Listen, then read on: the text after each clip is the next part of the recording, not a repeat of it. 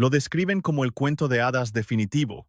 Casarse con un multimillonario, un rey o un presidente parece ser el pasaporte a una existencia de libertad sin límites. Pero para algunas, la alianza de boda no fue un trofeo, fue un grillete. Hoy desvelamos las historias de 10 mujeres que, al unirse en matrimonio a una riqueza y un poder inimaginables, solo consiguieron verse atrapadas en jaulas de oro, anuladas por protocolos inflexibles o devoradas por el mismo estilo de vida que tanto anhelaban.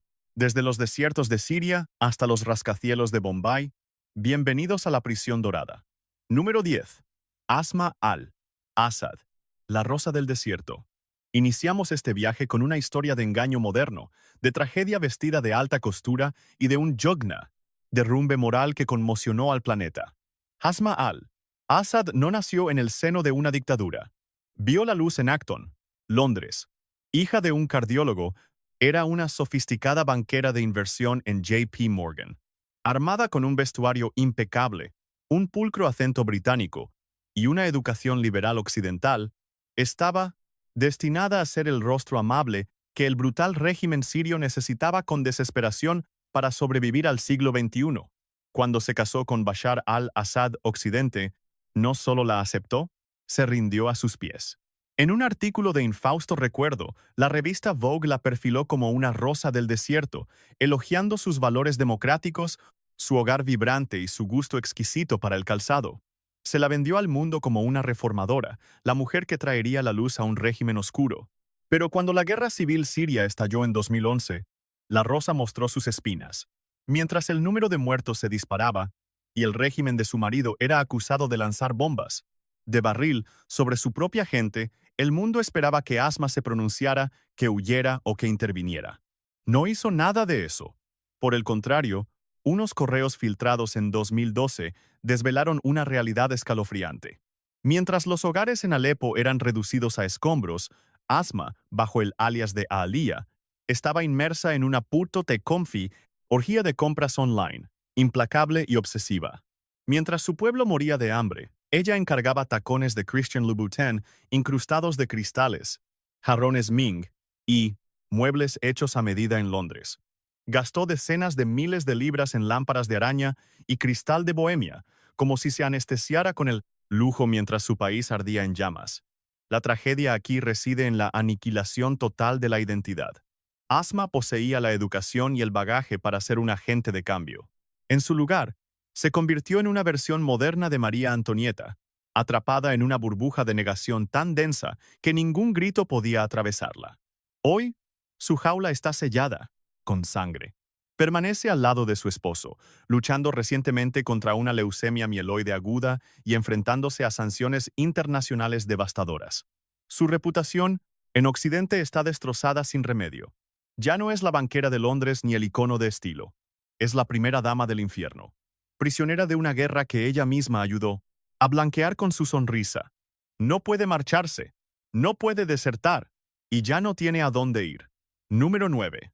Reina Suthida, la guardaespaldas que conquistó el trono. En Tailandia, la línea que separa la protección de la posesión es peligrosamente difusa. El ascenso de la reina Suthida parece el guión de una película de acción escrito por un dios caprichoso. Suthida no tenía sangre azul. Era azafata en Thai Airways, con una vida relativamente corriente. Su destino dio un giro radical cuando entró en la órbita del rey Maha Vajiralongkorn, un monarca célebre por sus excentricidades y su inmensa fortuna. Suthida no se limitó a ser la pareja del rey. Se convirtió en su protectora. Fue reclutada por la Guardia Real, ascendiendo a un ritmo vertiginoso, de general en una carrera militar meteórica que desconcertaba a propios y extraños. Durante años, se la vio únicamente en un segundo plano, una figura estoica y silente vestida con su inmaculado uniforme militar de gala blanco, marchando tras el hombre que acabaría siendo su esposo. Ella era su sombra, disciplinada y carente de expresión. Cuando la boda al fin tuvo lugar en 2019, a escasos días de la coronación del rey, la noticia conmocionó a la nación. Las imágenes, difundidas por todo el mundo, mostraban a la nueva reina postrada en el suelo a los pies del monarca, una señal tradicional de sumisión, absoluta en la cultura tailandesa. Para el público occidental, fue una violenta representación visual de su realidad. Había sido elevada, pero también era enteramente poseída. La jaula de Sudhida está forjada con protocolo, silencio y una competencia despiadada.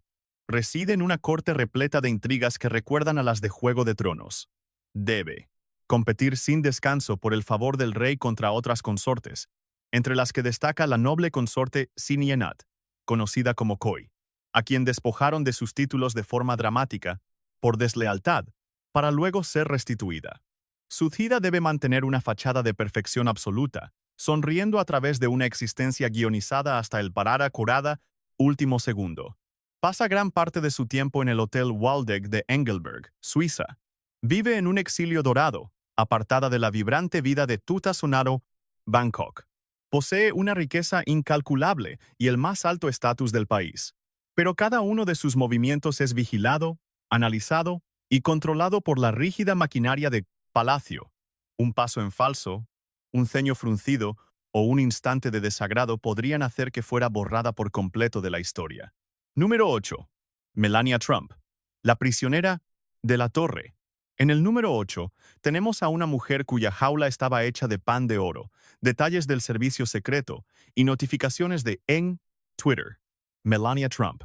Cuando Melania Knaus, una discreta modelo eslovena, se casó con el magnate inmobiliario Donald Trump, firmó un contrato muy específico, una vida de áticos, la gala del Met y un lujo sosegado y sin perturbaciones. No firmó para ser la primera dama de los Estados Unidos. Durante su etapa en la Casa Blanca, los informes la describían sistemáticamente como aislada, infeliz y reacia a su papel. Fue notorio cómo retrasó su mudanza a Bend de Washington, D.C. durante meses después de la investidura, permaneciendo encerrada en el ático triplex de la Torre Trump, alegando la escolarización de su hijo Barron. Fuentes internas sugirieron que fue una táctica de renegociación, una forma de asegurar su futuro financiero y actualizar su acuerdo prematrimonial antes de adentrarse en el papel más escrutado del planeta. Su desaparición fue tanto emocional como física. Aunque estaba físicamente presente en las cenas de Estado, a menudo parecía ausente, cumpliendo con el mínimo indispensable de sus deberes como primera dama. Sus manotazos para apartar la mano de su marido se convirtieron en un fenómeno viral. Sus elecciones de vestuario, sobre todo la infame chaqueta de Zara con la inscripción «La verdad es que no me importa». ¿Y a ti? Durante una visita a un centro de detención de inmigrantes, fueron interpretadas por sus biógrafos no solo como una falta de tacto, sino como actos de rebelión. Era un mensaje para el público, la prensa y quizás para su marido. No quiero estar aquí. La riqueza de Melania es innegable. Tiene acceso a jets privados y a múltiples propiedades. Pero su vida bajo el foco público fue un aluvión constante de burlas y un escrutinio que ella nunca buscó. Ahora, tras la presidencia, se ha retirado en gran medida del circo político. Mientras su marido hace campaña, es muy raro verla. Los actos públicos, prefiriendo la protección de Mar-a-Lago. Aquello es un búnker amurallado de palmeras y vigilancia, donde por fin puede encontrar la intimidad que tanto anhelaba. Sin embargo, permanece estigmatizada para siempre por la presidencia que tuvo que soportar. Posee el dinero, pero ha perdido el anonimato, que constituía su auténtico privilegio. Número 7. Ri Sol-ju, la evanescente. Primera dama. Nos adentramos ahora en el régimen más hermético del planeta, Corea del Norte. Ri Sol-ju es la esposa de Kim Jong-un, y su existencia es una espeluznante cadena de actos de desaparición. A diferencia de las consortes norcoreanas anteriores, que eran mantenidas completamente en la sombra, Ri Sol-ju fue presentada como el emblema de una supuesta modernidad norcoreana. Antigua, cantante y animadora, en sus inicios se dejaba ver con elegantes atuendos occidentales, luciendo broches en lugar de los preceptivos pines, con la efigie de los líderes, portando bolsos de Christian Dior, cuyo valor superaba el salario de toda una vida de un trabajador norcoreano medio. Fue bautizada como la Kate Middleton de Pyongyang, un instrumento de poder blando, diseñado para dar un rostro amable a una dictadura con armamento nuclear. Pero en Corea del Norte, la visibilidad es un riesgo mortal. Ri Sol-ju se esfuma de la vida pública con frecuencia, durante meses, a veces durante más de un año. Cada vez que se desvanece, Las agencias de inteligencia internacionales y las especulaciones se disparan. ¿Un embarazo? ¿Una enfermedad? ¿O, de manera aún más siniestra, ha caído en desgracia?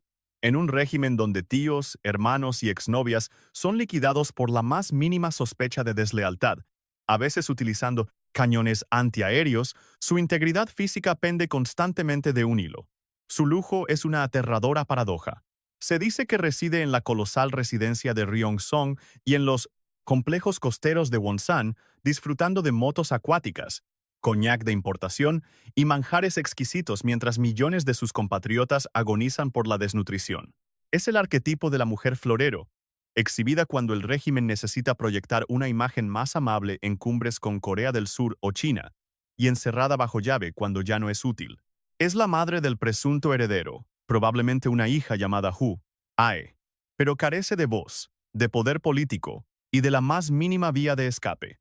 Es una prisionera del punto Eseben, estatus de semidios de su marido, incapacitada para abandonar el país, para hablar con libertad y posiblemente para sobrevivir sin él. Su jaula de oro tiene el tamaño de una nación entera, pero sus barrotes son igualmente tangibles. Número 6. La princesa Charlene, la princesa triste de la roca. Si alguien quiere ver lo que es una jaula dorada en Embises, tiempo real, que dirija su mirada a Mónaco. La princesa Charlene, exnadadora olímpica de Sudáfrica, se casó con el príncipe Alberto II en una ceremonia fastuosa que costó 70 millones. Sin embargo, el cuento de hadas se hizo añicos antes siquiera de empezar. Los asistentes y la prensa observaron que ella pasó la ceremonia entera sumida en un mar de lágrimas, y no parecían precisamente de felicidad, parecía más bien un llanto de profundo pesar. Los rumores han empañado su matrimonio desde el primer momento. La prensa francesa publicó que Charlene intentó escapar de Mónaco no una, sino 3 veces antes de la boda. Dichas informaciones sostenían que ella buscó asilo en la Embajada de Sudáfrica en París e intentó una huida, a través del aeropuerto de Niza, pero fue interceptada por personal de palacio y persuadida para que regresara. ¿Son estos relatos ciertos o meras exageraciones? La imagen quedó grabada a fuego, la de la novia a la fuga que fue capturada. Su vida desde entonces ha estado marcada por prolongadas e inexplicables ausencias y una melancolía casi tangible. En 2021, permaneció casi un año confinada en Sudáfrica, alejada de su marido y de sus mellizos, Jacques y Gabriella. La versión oficial apuntaba a una grave infección de oído, nariz y garganta que le impedía tomar un vuelo. Pero la prolongada separación desató una tormenta de especulaciones sobre el estado real del barde an matrimonio. A su regreso a La Roca, fue casi de inmediato recluida en una exclusiva clínica suiza para tratar un supuesto agotamiento físico y emocional. Su desafío es puramente visual. Apenas sonríe en público. En una ocasión, llegó a raparse media cabeza. Un peinado de estética punk que dejó atónita a la rancia y conservadora sociedad monegasca. Un desesperado intento por reafirmar su autonomía en una existencia asfixiada por el protocolo real y la legendaria maldición de los Grimaldi. Su hogar es un palacio que se asoma al Mediterráneo, rodeada por la incalculable fortuna de una dinastía. Pese a todo, con frecuencia proyecta la imagen de ser la mujer más solitaria del mundo, como un pájaro, de alas recortadas que mira fijamente el mar en el que solía nadar. Número 5. La jequesa Moza bint Nasser, la soberana de la moda. En el puesto número 5 encontramos una jaula de otra clase, una forjada con un poder colosal, pero también con el yugo de unas expectativas aplastantes. La jequesa Moza es la segunda esposa del que fuera emir de Qatar y la madre del monarca que rige hoy el país. Es, muy posiblemente, la mujer con más poder de todo Oriente Medio, una auténtica matriarca que fue capaz de remodelar una nación entera. Su estilo es legendario. Es la única mujer sobre la faz de la tierra capaz de adaptar la alta costura de Jean-Paul Gaultier a los códigos de recato islámicos, y aún así, lucir más sofisticada que las propias modelos de pasarela. Su influencia en Furna Jieng, los movimientos de capitales sencillamente apabullante. Ocupa la presidencia de la Fundación de Qatar y es la principal impulsora del brazo inversor de la familia real, el mismo que adquirió la firma de moda italiana Valentino por más de 850 millones. Ella fue la visionaria detrás de la Ciudad de la Educación, un campus de dimensiones colosales que acerca las universidades occidentales al Golfo. Vive inmersa en una riqueza estratosférica, viajando en la flota privada de Boeing 747 y poseyendo miles de millones en propiedades desde Londres hasta Nueva York. Entonces, ¿dónde está la jaula? Se encuentra en el funambulismo constante que exige modernizar una monarquía. La jequeza moza es la cara visible de una nación tremendamente conservadora y frecuentemente envuelta en polémicas. Libra una incesante y silenciosa batalla contra los tradicionalistas de su propio país, que sostienen que una mujer no debe tener visibilidad pública, y también contra las críticas internacionales que señalan el historial de Qatar en materia de derechos humanos. Cada conjunto que viste, cada turbante que se coloca y cada discurso que pronuncia es un calculado ejercicio de diplomacia. Está obligada a ser el nexo impecable entre el occidente liberal y el mundo islámico, una posición que le granjea el vitriolo de ambas partes. No tiene margen de error. No puede permitirse pasar a un segundo plano. Vive en un universo de palacios de mármol, pero sobre sus hombros carga con el peso de la reputación de toda una nación. Su prisión es precisamente el pedestal que ella misma se ha erigido. Se encuentra a una altura desde la que es imposible descender. Número 4. Rosma Mansor, la Imelda Marcos de Malasia. En este puesto nos topamos con una mujer cuya jaula de oro fue erigida con bolsos Birkin de Hermès y fondos ilícitos.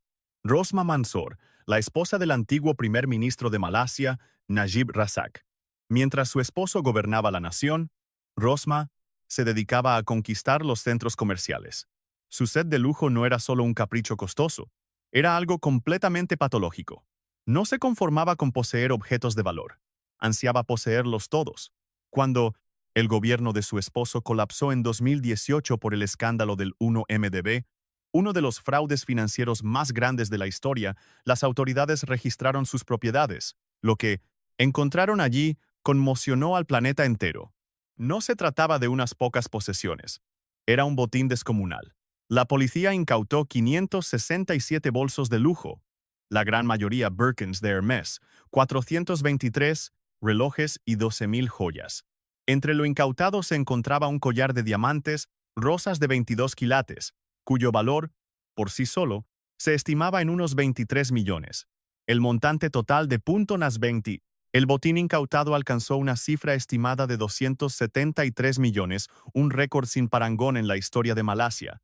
Rosma era el verdadero poder en la sombra, una figura de quien se decía que manejaba a su antojo los contratos gubernamentales y humillaba a sus asistentes. Sin embargo, fue su propia codicia la que la sentenció. Vivía tan alejada de la realidad del pueblo malasio que llegó al extremo de aconsejarles ahorrar en comida, mientras ella misma lucía un reloj Richard Mille de $500,000. Aconsejarles que ahorraran dinero en comida, mientras ella llevaba un reloj Richard Mille de $500,000. Se transformó en una caricatura grotesca de la corrupción, la Imelda Marcos del sudeste asiático. Hoy su jaula ya no es metafórica. Ha sido declarada culpable de corrupción y condenada a 10 años de prisión, con una multa de casi 216 millones pendiente de apelación. Pasó de ser la mujer más temida de Malasia a convertirse en el emblema nacional del despilfarro y la rapiña.